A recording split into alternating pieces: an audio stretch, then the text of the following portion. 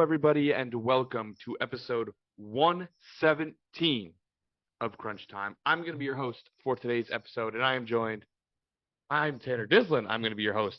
I'm going to be the host of today's episode. Forgot an important piece of information there. And I am joined by Sam Gotzi, and we are the N326 duo. Samuel, how are we doing today? Man, I am doing good, Tanner. Obviously had the NFL Conference Championship last Sunday, so we're going to be talking about that. But for me, the most exciting part of the year is conference play in college basketball. Absolutely love college basketball. Probably my favorite sport. Seeing some matchups this past weekend and looking forward to this weekend. It's going to be a fun week of sports.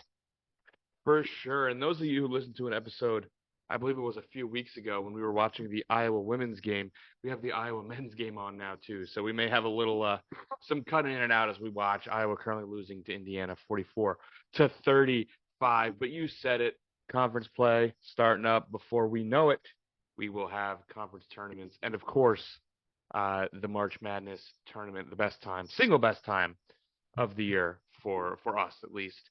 By the way, not to get off topic, did you see that Big Ten recently announced that they're reducing the number of teams that make the Big Ten tournament?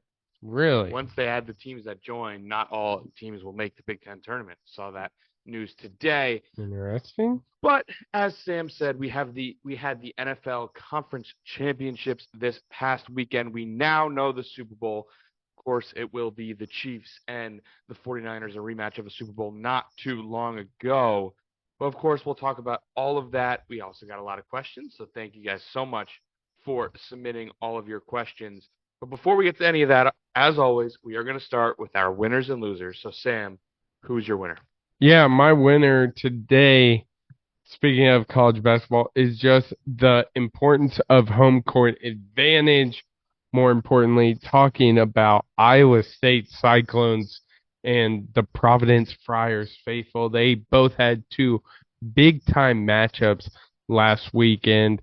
Providence had the return of their old coach, Ed Cooley from Georgetown. It was rowdy. The lines were wrapped around the building. Absolutely electric atmosphere. Really proved why this college basketball season is so special. And they end up beating Georgetown 84-76. So uh, definitely was interesting. They made some remarks towards their old coach. It was absolutely electric. And then Iowa State took on Kansas, ended up winning 79-75, ended up actually storming the court. I work at Iowa State. Ironic, I know, but the fans were lining up and camping out on Wednesday. This game was on Saturday. Absolutely electric atmosphere, one of the best atmospheres I've witnessed at a men's basketball game. It doesn't take much since a lot of my men's basketball are at Carver Hawkeye, but absolutely electric game. Ended the game in a court storming. So the home court advantage definitely showed out last weekend. Yeah, I mean, Iowa State is undefeated at Hilton this year. You said it, very, very hard to beat in that building. I was also at that Kansas game. Couldn't say anything that Sam hasn't already said. Unbelievable atmosphere, one of the best I've ever been. The only one that would compare would be the Kansas game at Hilton that I went to last year. Got a couple juicy wiggles in. Shout out the cop, by the way, if y'all haven't seen that video. He hopped in and added a little spice to the juicy wiggle break dancing, so that was pretty sick. Cop decided to get a little juicy, so we appreciate that. Of course, I also got to shout out the Iowa State person who runs with the flag. It still amazes me the entire time. It's always in the second half. Yeah. The student runs along the entire upper deck with an Iowa State flag, and there's a scoreboard right underneath it on the facade and there's a little cyclone that's running, and she always beats the as it goes along the scoreboard, which is really cool. But yeah, it was awesome. And then of course, as you said, Providence, hostile environment. I saw a bunch of there was a scandal, about Ed Cooley where he had an affair. Yeah. And there was a lot of signs. Did you know his wife and kids were there? Yeah. I didn't know that. The Yeah. gripe about his mistress and everything. Yeah, that's tough. Yeah, not a great look for Ed Cooley, and Providence obviously won that game, as you said. So. Yeah. Home court advantage was big time this weekend, and really, college basketball is about as important as the actual play itself. Unless you're Iowa. Unless you're Iowa. Then neither matters. Wow. Iowa with an and one. If you make the free throw, they're going to cut it to 44-41. But anyway, my winner of the episode is going to be NBA high scorers. We have had a ridiculous onslaught of high scoring affairs in college or in the NBA right now. Excuse me. So far this season, of course, we are in January. By the time this episode comes out, it will be February 1st. But we're at the end of January, and of course, we still have a couple months left of the season. We have already had 5 people go for 60-plus points this season, and that is Karl Anthony Towns went for 62, Devin Booker went for 62, Giannis went for 64, Joel Embiid went for 70, and Luka Doncic went for 73. So 5 players have scored 60-plus this season. Yeah. 4 of those 5 came in the month of January, and all of them came from at least January 22nd or later. Jeez. So Joel Embiid scored 70 on the 22nd. That's the same day that Towns scored 62 on the 22nd. Yeah. Then the 26th, Doncic scores 73. That's the same day where Devin Booker scored 62. Yeah. So in just those 2 days, we had 4 60-plus point performances, making, again, 5 on this season. Excuse me. And if you want to go to 50, that's 1, 2, 3, 4, 5, 6, 7, 8, 9, 10, 11, 12, 13 performances of 50-plus. Yeah. So it's crazy. This has been an absolutely bonkers season in terms of individual scoring. And I mean, like I said, there's a lot more season to go. It's only going to get better or worse. I don't know. Depending on which way you look at it, it's only going to get more extreme. Yeah. Yeah, absolutely. I mean, I think the craziest has to be Doncic against the Hawks. He shot 25 for 33, 8 for 13 from 3. Efficiency, man.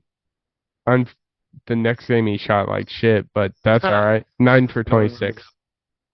Yeah, exactly. No, and then he scored 45. Okay. But yeah, that was incredible. But I think there's obviously the conversation that the NBA is definitely becoming a more offensive league, which 1,000% true. Anyone who argues is an idiot.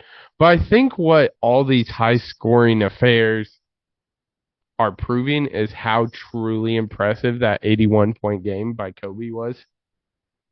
All those years ago?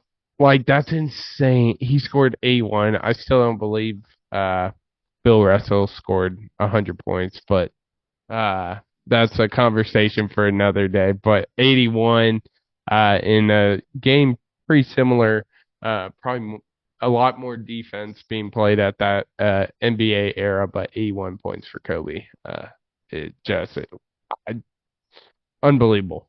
Yeah, I mean, years after that 81-point performance, we were having playoff games and with a team scoring less than that, if not both teams scoring less than that. It's crazy how impressive all that stuff is back when you could play zone defense, when they didn't over-legislate the game, and you could actually play some physical defense for sure.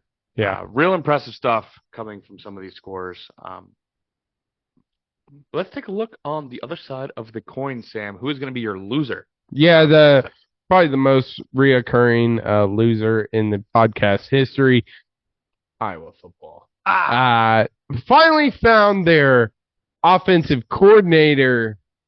Everyone was thinking it was Johns from Duke. Had Riley Leonard look good till that Riley Leonard injury, obviously. Still looked better than Iowa. Had him in Iowa State. Kirk Ferentz interviewed him. There are pictures floating around on Twitter. And turns out we go with this guy by the name of Tim Lester. He is he was the offensive analyst for the Green Bay Packers this past NFL season. But in the college realm of things, He was at Western Michigan shortly after PJ Fleck was dominating there, really. He had his recruits, so his first couple seasons don't look awful. But in the last season at Western Michigan, his offense, he was the play caller in college, 124th in total offense, 119th in scoring. They were held under 28 times, and 3 of those being scoreless. So really fitting the mold here. And, well, maybe it's just because he is at Western Michigan. So let's go to his previous spot, Syracuse, where he was also calling plays. 121st in points per game, 105th in passing yards per game, and only team in college football that year to use the same offensive cadence. Yeah. I really don't know what I really don't know what to think. Because by all indications, I would have gone with Kevin Johns over Tim Lester. I think every Iowa fan would have. Mm-hmm. And it almost kind of seemed like that photo leaked of Kevin Johns and all of Hawkeye Nation was all like, oh, this would be a good hire. We like this guy. We love this. So then Kirk immediately went, okay, we can't have that. Yeah, We can't have exactly. that. We got to hire this guy, Tim Lester. Now, his numbers, like you said, kind of the tale of two different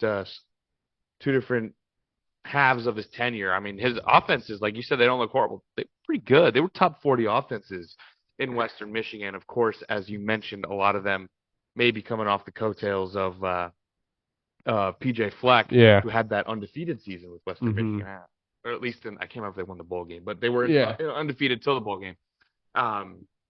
So maybe you got to take that with a little bit of a grain of salt. I also saw something where the year before he got fired, Western Michigan changed ADs. So after one bad season in Western Michigan, he got fired, and there's a chance he might have been screwed over by an AD who they didn't see eye to eye, wasn't his guy. Like in that Syracuse year, obviously Syracuse, and especially because there were some years under Tommy DeVito, actually, where Syracuse actually played pretty well. But before that, they were nothing. And I think even in one of his years as OC in Syracuse, their actual OC was fired, so he took over halfway through the year. So again, also might not have been his guys. But it's a lot of excuses for some bad offenses. And especially when everyone in Hawkeye Nation was all like, this guy, Kevin Johns, wow, he looks good. Let's get this guy. And then, of course, you don't go with that guy. You go with the other guy, which is like, I just really wish. Kind of helped build Duke football to be a decent program consistently in bowl season play. I mean, obviously, the two of them in tandem were, when I say two of them, Mike Elko and Kevin Johns were in tandem, but they were so good together, and the offenses were so good that Mike Elko, we went to Texas A&M. Yeah. That's like it's one of the biggest programs in the country. And like, so obviously they were doing something right together. And yeah, it's just really frustrating when everyone was like, wow, this is such a great hire. This is such a great hire. You pivot a different route. But obviously, only time will tell how he does. Hopefully we eat all these words. But yeah, I mean, it should be better than Brian. We'll just say that. God, I hope so. But yeah, that's definitely loser worthy. I just can't get over the fact that so many decisions Kirk makes and so many things he says in his press conferences. I'm the coach. Listen to me. And it seemed like this was another one to just basically just flip off the entire fan base. But definitely annoying stuff. My loser of the episode. We went to the gridiron for a little bit. Let's go back to the hardwood. And a team we've already talked about. This is going to be, the loser is going to be Kansas State, but it was from a game in which Kansas State played Iowa State. It was a great, hard-fought Big 12 game. Watching it, I remember I was watching it, and everything seemed normal.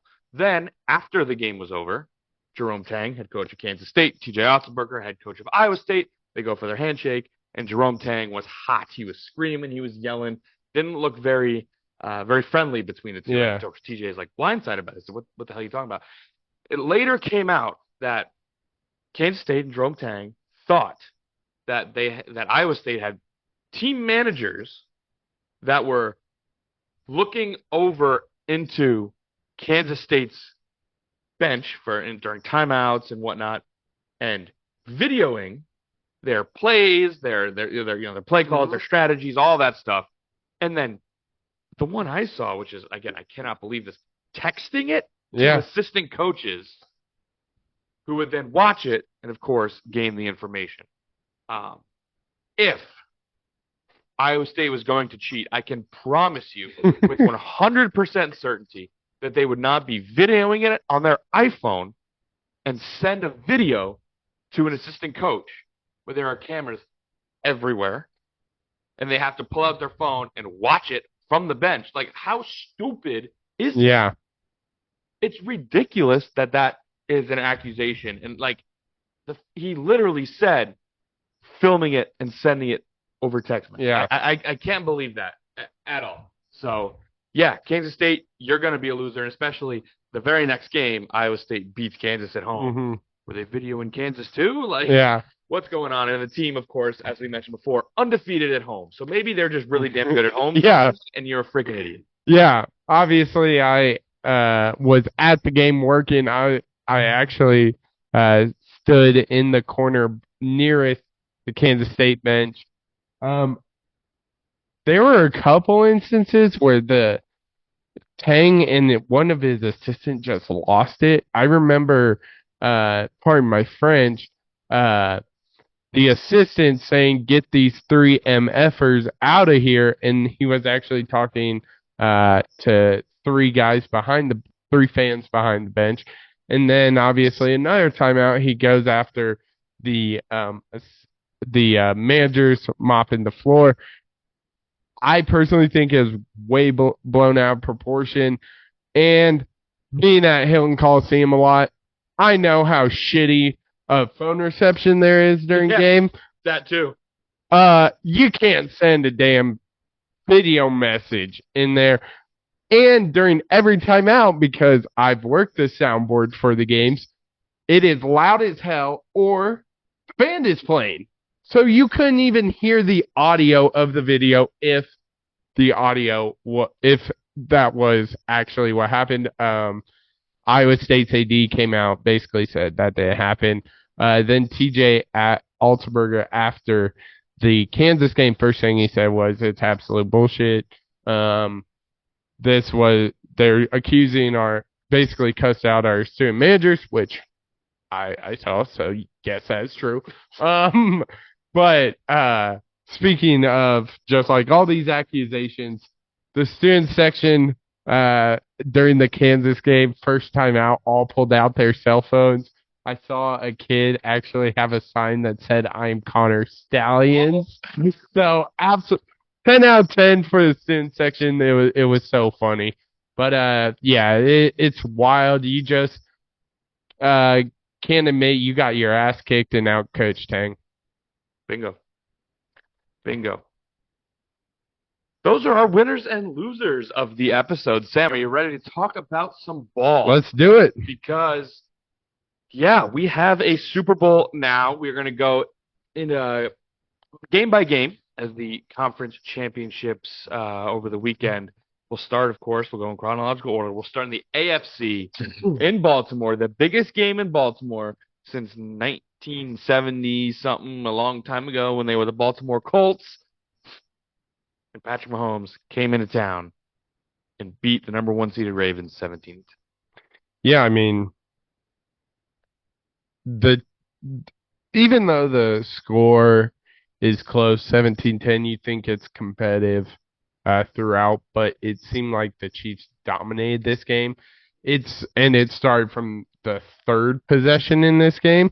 The Ravens, they have been absolutely dominant in their rushing attack all year. Obviously, they have a great rushing quarterback, Lamar Jackson, but you also have Gus Edwards and Justice Hill, both produced a lot of rushing yards this season. And by the third possession, you're throwing the ball 3, 4. Like, it's like they forgot who they were. It was very clear.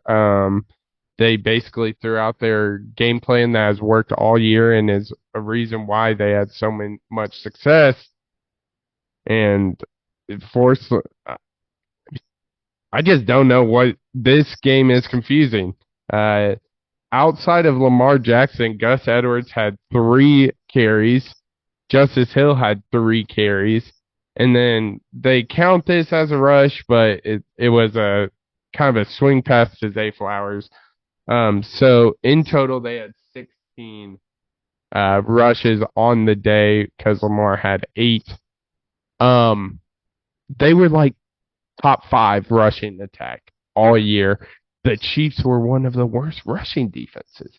And it just seems that Harbaugh and the OC just threw out their rushing game and was like, we just have to keep up with them scoring, and the best way to do that is passing, and obviously that cost them the game. Yeah, I mean, simply put, again, pardon my French here, Todd Monken, the offensive coordinator, seemed like he just shit his pants. Yeah. Like the team came in, looked like they had a game. I mean, their first possession, they looked like the Ravens. They were running the ball, and of course they didn't score on their first possession, but the Chiefs did. Chiefs scored on their first possession, and then it looked like Monken was all of a sudden just like, yeah, this isn't gonna work. We got to pass. Yeah. And just completely flipped it. And 37 pass attempts. Yeah. For Lamar Jackson. When was the last time he threw that much? Down 30-7 in the first quarter. The Chiefs scored 17 points. I don't get it whatsoever. Like the Ravens defense, it took them a little bit to get going. They held Kansas City scoreless in the second half. Scoreless. The first half they gave up, of course, all 17 points. But this is Patrick Mahomes on the other side of the ball. You're not going to hold him scoreless.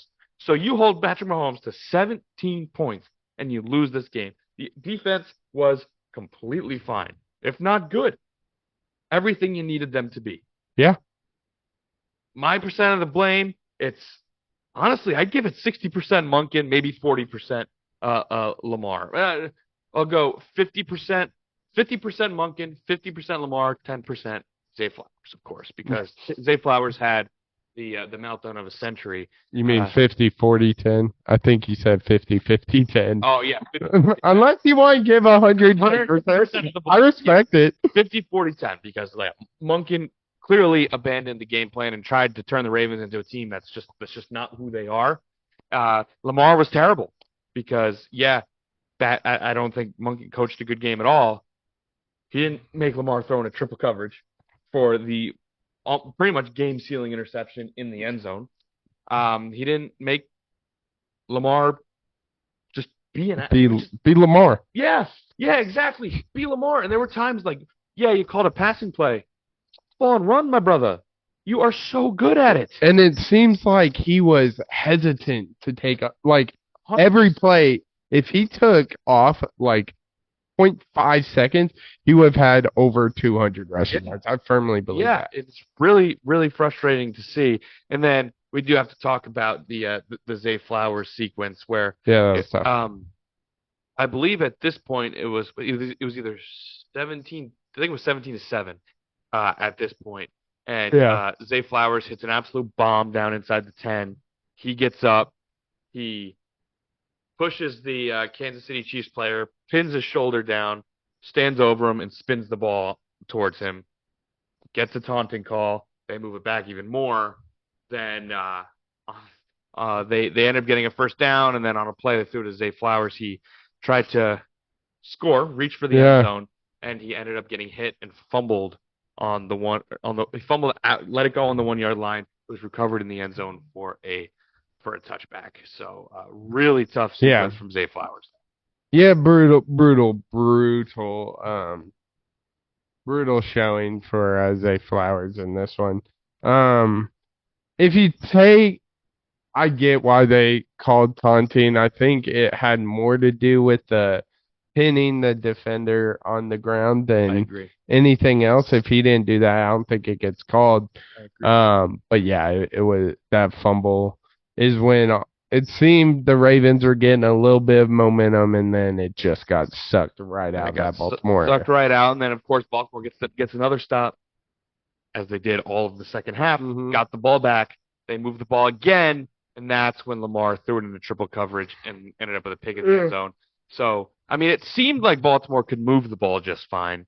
Turnovers, specifically in the red zone, and yeah, they were relatively inefficient in moving the ball due to some of the play calls that we were just referencing from offensive coordinator Todd Monken. So, Owen Freeman just got absolutely baptized on. Oh, that's a little tough for anyone. You'll see that on top 10 Yeah, tonight. I'm sure you will. My goodness. But yeah, I mean, those are kind of where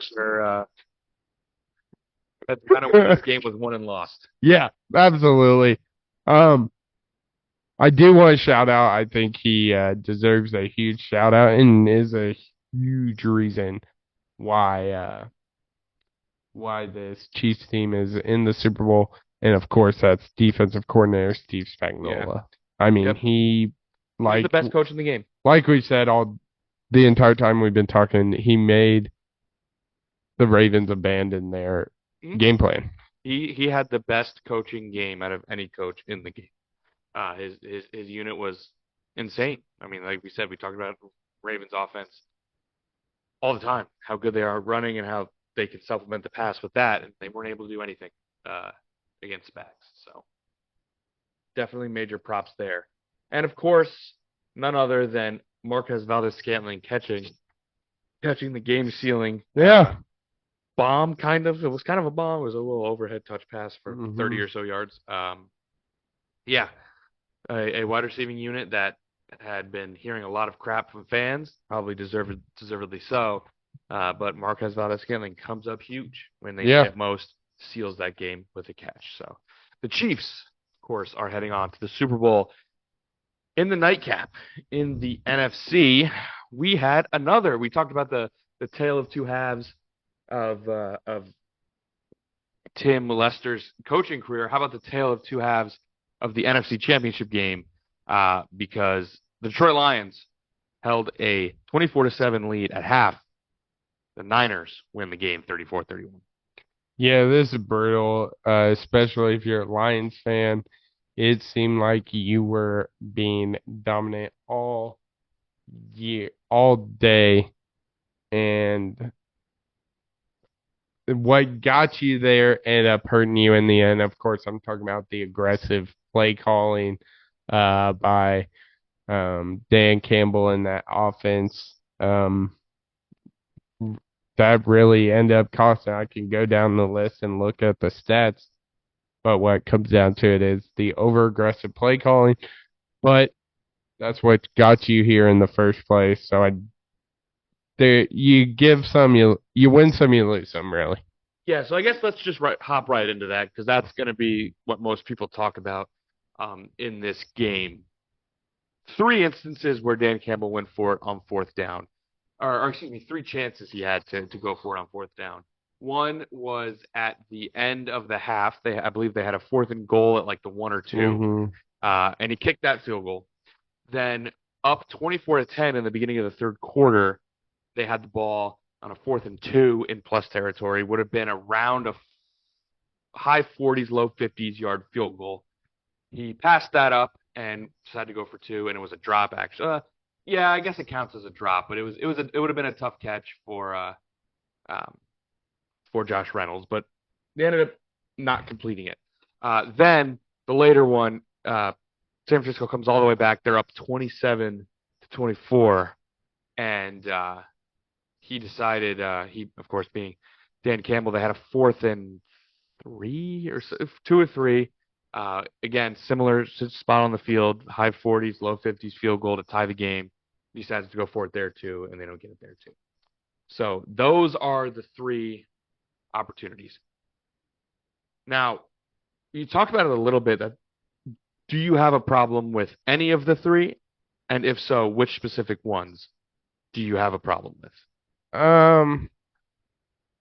I think The one I have the most problem with is towards the end of the first half. Just take the points.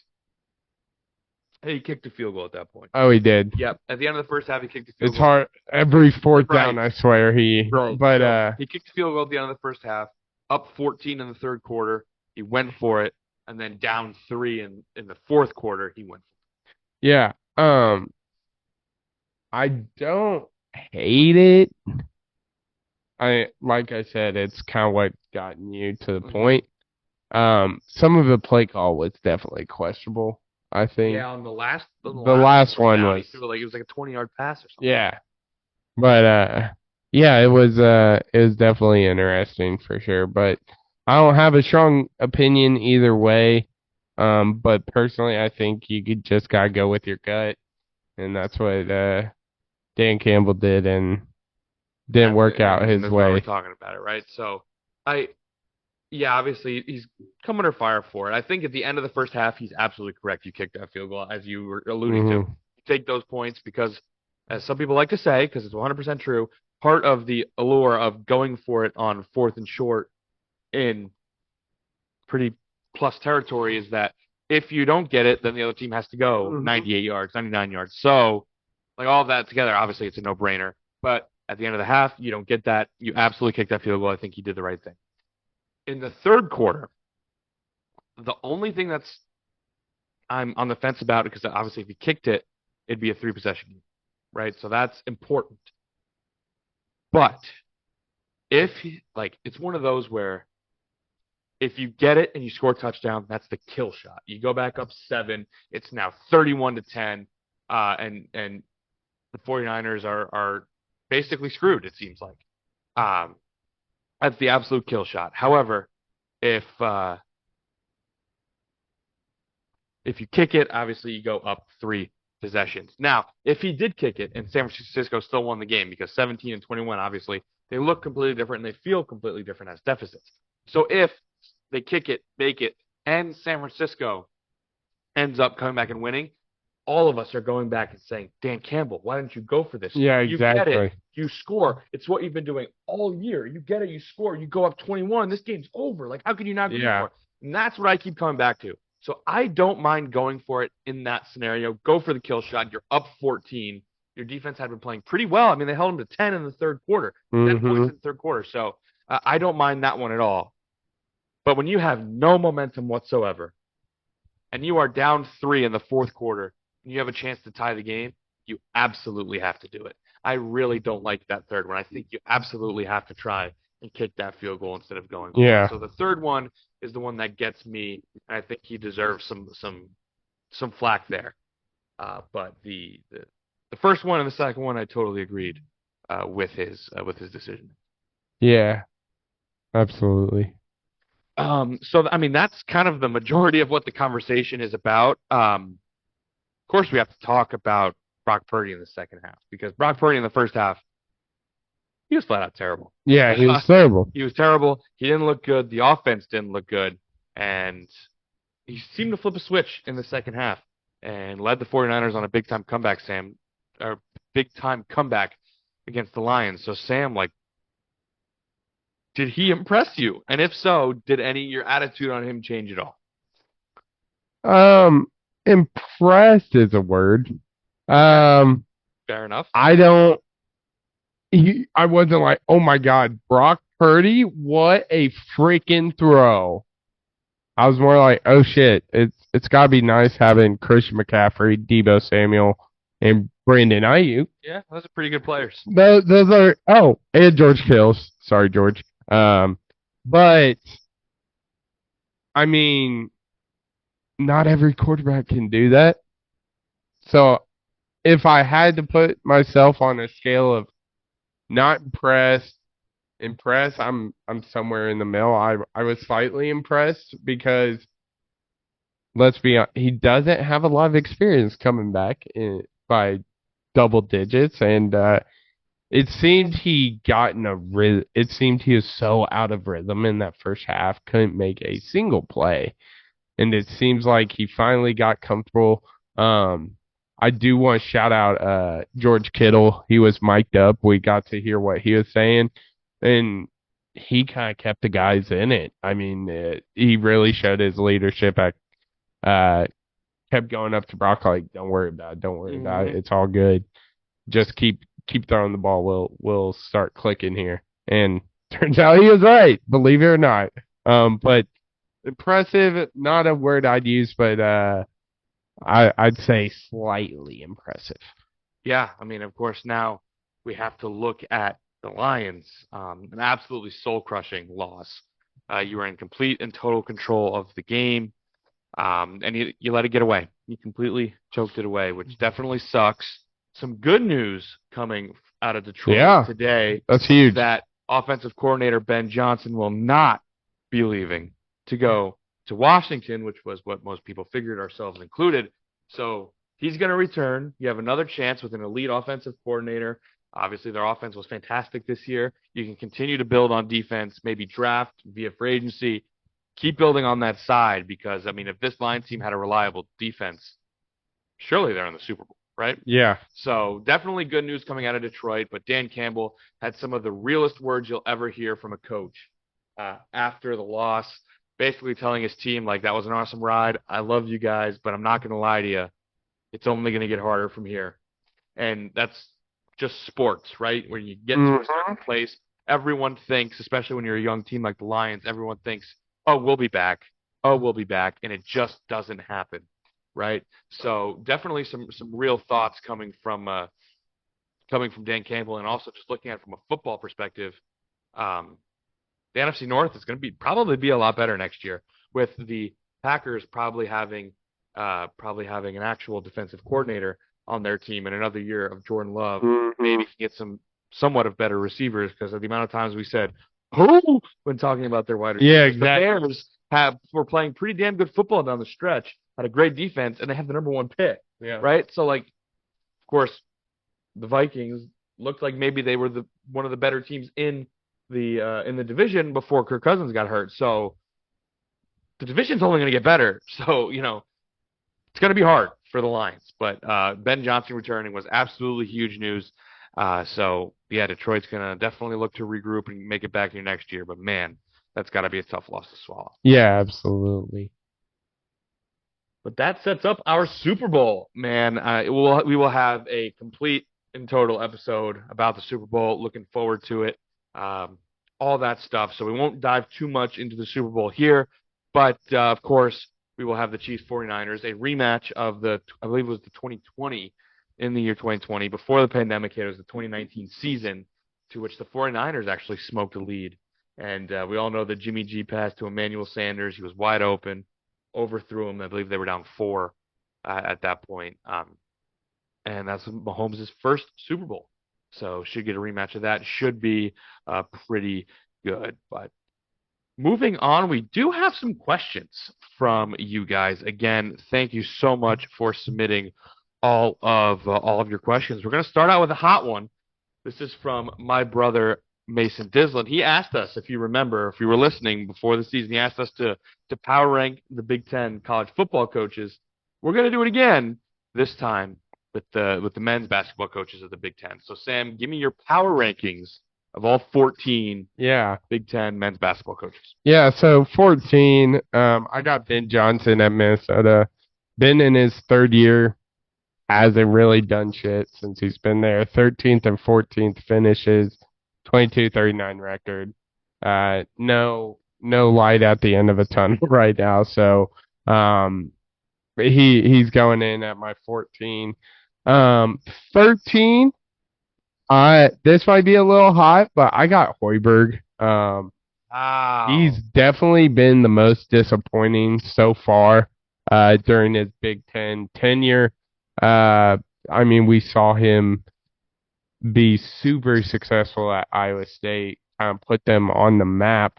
And Hoiberg has just not been great. He won 7 games in his first 2 seasons back to back. He did. It seems that the Cornhuskers are on their up and up with his best record there at 16-16. But knowing his coaching ability and seeing the output he's putting got me at 13. Number 14, or number 12. 12. Excuse me. I got Penn State's Mike Rhodes. Has proven to win at different levels. Seems like Penn State is a good team this year, so I got him there. Chris Collins coming in next with Northwestern. It seems like he's finally hit his stride at Northwestern. Got his team 22-12.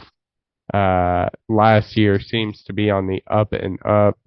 Uh, these next couple guys, they all have a pretty common theme. Chris Holtman, however you say his name, at Ohio State, coming in next. Great coach, regular season. Can't seem to do it in the postseason. Then we got Iowa's own Fran McCaffrey. Seems like he has a good year and then not so great. It seems he is very up and down with the Iowa program. But one thing you can't take away is his ability, whether it's him or his assistant coaches, he can develop players. I mean, we saw what he's done with Keegan Murray, even Chris Murray, Luka Garza, obviously. Unfortunately, he hasn't been able to develop his own son, but that's a story for another day.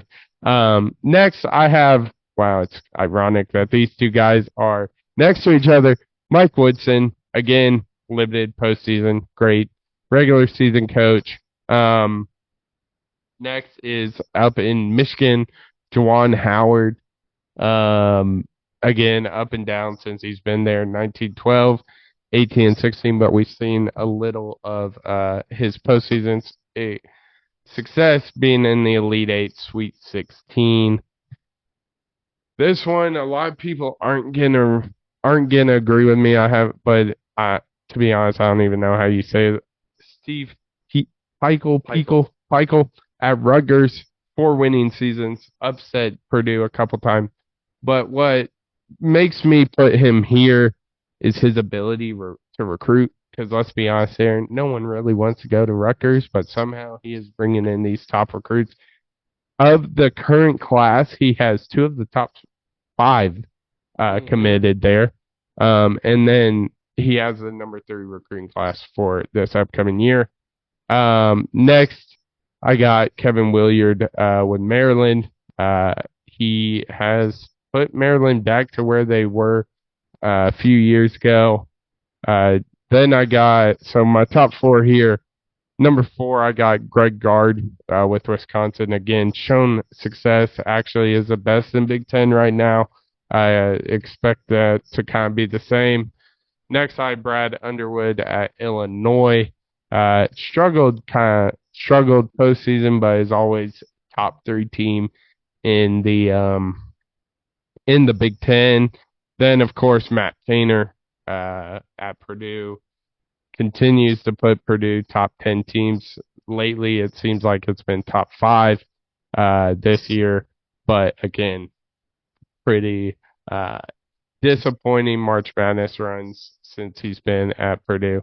And then, of course, number 1, Tom Izzo. I mean, I think he's by far the best coach in the Big Ten. The amount of success he's had and the time he's put in the Michigan State program's got him coming in at 1 for me. Yeah. Wow.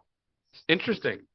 Real quick before I do mine, you want to just run them all back? Yeah, so starting at 14, Ben Johnson, Minnesota, Fred Hoiberg at Nebraska, Mike Rhodes, Penn State, Chris Collins at Northwestern, Chris Holtman, Fran McCaffrey, Mike Woodson, Indiana, Juwan Howard, Michigan, Steve Pikel at Rutgers, Kevin Willard at Maryland, Greg Gard at Wisconsin, Brian Underwood, Illinois, Matt Painter, Purdue, and Tom Izzo.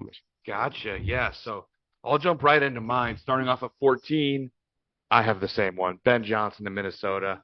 Like you said, 3 years, very underwhelming. I'd be surprised if he's their coach next year, to be honest. Think he's on his way out. And, yeah, not much more to add there. At 13, I'm going to go Mike Rhodes from Penn State. Tough year for Penn State basketball.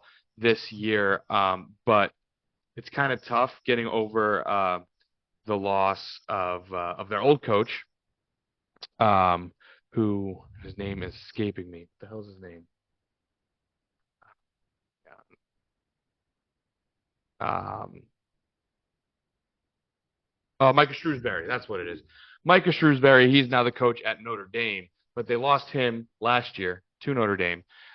So uh, losing him, bringing in Rhodes in his first year, he was like you said, he was pretty good at VCU. But again, tough year for Penn State. But he's not going to be in the last spot because he's only had 1 year to work. So give him a little bit of a leeway. Now, number 12, we're going to have a big disagreement here. Number 12, I got Juwan Howard. I'm not impressed with his job at Michigan whatsoever. So he had some early success, as you said. There was a postseason run in there that I probably should be giving more credit to him for. But simply put, like it's one of those "what have you done for me lately" kind of scenarios. And 2 years ago, he was a bubble team. This is the run I'm talking about. But they were a bubble team that, in my opinion, shouldn't have even got in the dance. Last year, they were an NIT team, and this year they are far and away the worst team in the Big Ten. And this is Michigan we're talking about, right? You have insane resources to get this team where you need it to be, and they're not. They're awful this year, and it's been 3 years now of not great Michigan basketball. So Juwan Howard, you're going to be 12 for me, man. And with I understand. I've seen what you can do, so you have some room to move up there. But again, right now, I'm keeping you at 12. Number 11, I'm going to go Fred Hoiberg here. Um, yeah, Nebraska basketball. I mean, I really like growing up. I don't even remember hearing about Nebraska basketball. Like it's just such an irrelevant basketball program. So when Hoiberg comes in and he can really start to lead Nebraska as a team that can upset number one Purdue, and storm the court and all of this stuff. I think that deserves some credit. Obviously, not quite the tenure he had at Iowa State, where his teams were consistently very, very good. But I'm going to have him above Juwan Howard because I think he's done a better job with less than Juwan Howard has with more, especially over the past few years. Number 10, this is where I'm going to go with our dear friend Fran McCaffrey. Um, Again, we've had our differences. Fran McCaffrey and I. He's been awesome for the Iowa basketball program, and I'm not necessarily saying that he's an awful basketball coach. I do think maybe it is time to move on. We've had this conversation before, but on the pod, so I won't go too in depth to it. But uh, yeah, I mean he's done wonderful things here, but there's a lot of real good coaches in this conference. And number 9, I'm going to go Mike Woodson. You hit it. Um, he's had some regular season success, of course. Some of those teams with Trace Jackson Davis were really good. Seems to not have a great record in March and always seems to blow it there. They did have a few good Big Ten tournament runs that ultimately didn't really end up with anything in actual March Madness. But Mike Woodson is going to come in at 9. 8 is going to be Chris Holtmann of Ohio State. I think he's done a very good job at Ohio State. Um, their basketball team seems to be relevant again after I mean for the first time since it seems like Thad Matta was coaching there and they made that national championship with Greg Oden and Evan Turner. But Ohio State is kind of back in the fold with Chris Holtmann, so I'm going to get him number 8. Number 7, I'm going to go with Chris Collins from Northwestern. I think this guy has done an outstanding job at Northwestern. Things from breaking the March Madness tournament berth, and then they won a game in March Madness. All these under Chris Collins. I mean, a program that was just unbelievably in the dumps. Like, never ever heard of Northwestern basketball being any good. Chris Collins has 100% turned that program around. Back-to-back years beating number one Purdue, and yeah, breaking all those NCAA tournament droughts for Chris Collins. So he's going to come in at 7 for me. At 6, I'm going to go Steve Pikiell from Rutgers. Everything I just said about Northwestern goes for Rutgers as well. Rutgers basketball, who the hell's ever heard of it? They are, again, relevant. Guys like Ron Harper Jr. came in and they put together some really damn good seasons under Pikiell. And you mentioned the recruiting numbers, how he's putting up numbers in the recruiting space over the past year or so. So definitely got to give him props for that. He'll come in at 6. Number 5, I'm going to go Kevin Willard from Maryland. Um, Everything you kind of said as a relatively new coach, he's kind of come out firing for Maryland. I think he's a great hire and a great spot, and he'll do great things at Maryland. So he's going to be my 5. And then my top 4, it's not very exciting. I actually have the same top 4 as you. At 4, I'm going to go Greg Gard. Wisconsin basketball is the staple of consistency. I mean, I have heard some stories about how Wisconsin plays a little bit, maybe a little bit dirty and takes some cheap shots here and there, but excluding all of that, Wisconsin always in the top 25, always a great defensive team, always in March. So I got to give some props to Greg Gard over in Wisconsin. 3, Brad Underwood. Illinois is becoming a perennial powerhouse in college basketball right now, or at least in the Big Ten. Always always top 25 in recent years since the Dosunmu years and the Kofi Coburn years and all that stuff. So Brad Underwood at 3, Matt Painter at 2. How many years has Purdue been top 5 in the nation? Obviously, we can talk about those March pitfalls, but Matt Painter is clearly number 2, and of course, number 1 is going to be Tom Izzo, the one of the best in the history of the sport. So that's not much I can add about Izzo. Yeah. Izzo's the go to Big Ten basketball for sure. Absolutely. So to run that one more time, 14, Ben Johnson of Minnesota, 13, Mike Rhodes at Penn State, 12, Juwan Howard from Michigan, 11, Fred Hoiberg from Nebraska, 10, Fran McCaffery from Iowa, 9, Mike Woodson from Indiana, 8, Chris Holtman from Ohio State, 7, Chris Collins from Northwestern, 6, Steve Peichel from Rutgers, 5, Kevin Willard from Maryland, 4, Greg Gard from Wisconsin, 3, Brad Underwood from Illinois, 2, Matt Painter from Purdue, and number 1, Tom Izzo from Michigan State. Whew, that's a lot of talking. Yeah. Doing it, but some differences in ours. I think we obviously Juwan Howard. We talked about that a little bit. Where was Peichel for you? Because we both seem to have him pretty high.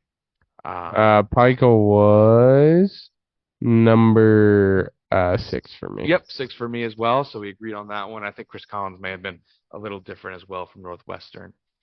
But yeah, those are our rankings. Thanks for the question, Mason. Our next question comes from Ryan Kearney. He asks, are the Oklahoma City Thunder buyers at the deadline? And if they are, who should they be targeting? Yeah, this one's interesting. I don't think they're buyers. I think they have all the talent to make a deep run in the playoffs. One thing I do think that would be critical is some veteran presence. Where that is, I don't really know. But just having a veteran on that team because they are so young, would be beneficial, I think. But as for a certain person, I don't really know, but I think they could make a deep run with the roster as is. But I think maybe adding some veteran presence would be a good idea. Yeah, I mean the question is, will they be buyers? And we all know Sam Presti. So the answer is probably not, right? They probably won't be buyers. Should they be? That's a little bit of a different story. I don't think they should be full-on buyers where they trade everybody or every pick for like a Kevin Durant, any of those big name type of things that have moved in deadlines past. But I think you nailed it, Sam. Veteran presence to help with some of these younger players, and I think specifically a wing. A veteran wing would be a great spot to go. You have Shet playing really well as a big man, and then you have Shea, obviously one of the better point guards in the league. I think getting someone who can play on the wing, maybe a little two-way guard / forward on the wing can really help this team as a veteran. And I actually have a name, someone I think is a pretty much a perfect fit. If it were me and I'm Sam Presti, I'm calling the Chicago Bulls and I'm seeing if I could get someone like Alex Caruso because he's not going to be very expensive. I mean, you're not going to have to trade away every pick you got, but he's a great defender, right? You're going to be able to plug him in your defense pretty easily. He's a shooter. He can shoot. He can fit in right perfectly, catch and shoot kind of guy. And he can just be a veteran presence on the wing, someone who can score, put the ball on the deck, shoot. But again, not going to be expensive, and he's not a 20 shot per game kind of player. Yeah. So I think someone like Alex Caruso would be a damn good fit on the defensive end and on the offensive end. Just to, again, veteran presence on the wing. That's Yeah. what I think OKC should be targeting. I mean, I got to throw this guy's name in there because I love this guy, but another Alec Burks, someone who can really score off the wing, but also won't be a 15, 20 shot Mm-hmm. is another name that I'm thinking. So, yeah, those are some of the names I'm thinking. It seems like you were along the same page, Yeah. veteran leadership for sure. So thank you, Ryan, for the question. The next question, some people think that five-star recruit Ryan Williams will have as big of an impact on Alabama's football program as Julio Jones. Wow.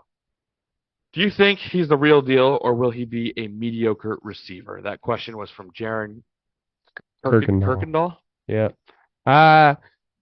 To be honest, I had to do some research on this Ryan Williams guy. I didn't know a lot about him. Turns out he's a hell of a ball player. Played in Texas high school. Everyone knows that. He's the best high school competition out there. This year in 14 games, he had 72 receptions, 1,324 yards, and 19 touchdowns. For his high school career, 39 games, 187 receptions, 3,254 yards, 47 touchdowns. So will he be a mediocre receiver? Probably not. If you're getting recruited to Alabama, they are kind of known for just being constantly churning out some offensive weapons. We saw a couple in the conference championship, obviously. But will he be as good or have an impact as good as one of the best receivers that ever played college football? Probably not.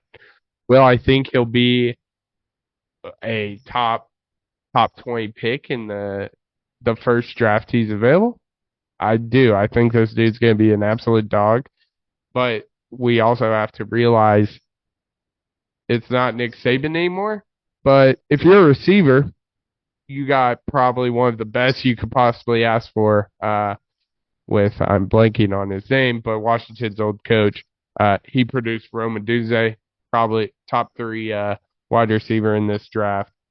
So will he be? I think he is the real deal, but having him compared to Julio Jones is outrageous. I don't think any recruit should have that comparison because, like I said, Julio Jones is one of the best college football receivers to ever play the game.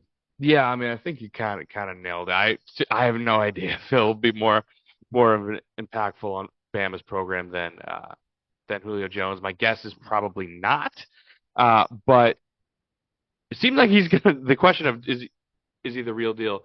All indications seems like he is gonna be. I mean, you mentioned the talent, his output in high school.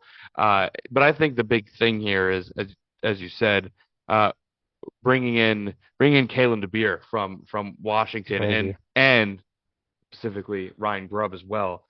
Those two, as you said, Rome Odunze over in Washington, but watch that offense play. They like to throw the ball. Mm-hmm. It is a borderline, if not fully air raid offense, where they just love to sling that damn rock. So hard to see him not being a impact player for Alabama and not being an eventual first-round draft pick. But yeah, big of an impact as Julio Jones. I'm not going to say no, but but it seems like that's pretty unlikely. Yeah. But our next question comes from Joseph Weisinger, and he asks, is Brock Purdy a system quarterback or a game maker? Yeah, this is a question surrounding Brock Purdy. I think he's a system quarterback. I don't think he does nearly as good anywhere else in the NFL. He just has the best offensive system in the NFL. So I'm gonna go with a system quarterback. But there's no denying the fact that he's probably been the best quarterback for this system, if that makes any sense, because we haven't seen this efficiency, this success, as the 49ers offensive quarterback, but I still think he's a system quarterback. Is it weird to I don't think he's Either? Yeah. Like, again, yeah, the system quarterback.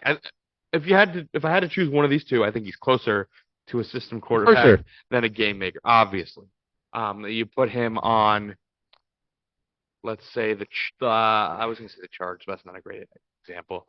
Put him on let's go with maybe the Falcons, like a team that had pretty crappy coaching, ended up firing their head coach, but has talent everywhere with Drake London and Kyle Pitts and of course Bijan Robinson all around him. You put him on that team with some pretty shitty coaching. I don't think they're going to be all that good. Yeah. And I don't think he's going to be all that good. But as you said, we've seen Jimmy G run this offense. We've seen we tried to see Trey Lance a little bit, but at the very least, the Shanahan system has never been run, as you said, more efficiently than Brock Purdy is running it. So I don't know, is it just a match made in heaven? Yeah. Is it that he's just an above average to good quarterback and that the system makes him look great? Yeah. Or is he just better than Jimmy G? I don't know what it is, but at the very least, I would say he's better than Jimmy G. He's running this offense better than Jimmy G. And I think he is an above average starting quarterback in the NFL. As to his current success, I would say that is more of a product of the system than the player. But I don't think he's just your run-of-the-mill system quarterback. Yeah, you know? for sure. But, yeah, it's a very confusing case as to, is it Brock Purdy? Is it the system? Is it Shanahan? Whatever it is, the two of them together are damn good. Let's just go with that. And, of course, when I say the two of them, with Brandon Ayuk, Deebo Samuel, exactly. All of that makes them. It's a perfect storm to be successful. Yeah, and then the other question, our last question, was the thoughts on the KState coach accusing Iowa State of spying on the huddle, and then TJ Otzelberger's comments about it after the game on Saturday, which we touched on earlier when talking in our winners and losers section. I don't know if you had anything to add to that. We kind of put a bow on that. Yeah. All the way in the beginning. Unfortunately, Iowa did try their best to make a comeback, but Indiana outlasted Iowa, beating them 74-68 in Bloomington. So no win for our Hawkeyes tonight, unfortunately. But that's going to wrap up episode 117 of Crunch Time. Talked about a lot, of course, our winners and losers. Talked a little bit about the conference championship weekend, Super Bowl, a little bit. Top 10 or power rankings of the Big Ten basketball coaches, all of that in this episode, and of course a little. But congratulations, thank you so much for listening to the episode. Make sure to follow the podcast on X, TikTok, and Instagram at crunchtime_pod. Of course, subscribe, comment, and follow our YouTube channel, Crunch Time with the N326 Duo. That's where you're going to find all of the videos of the podcast. But the clock has run out on this episode, and we'll see you in the next one.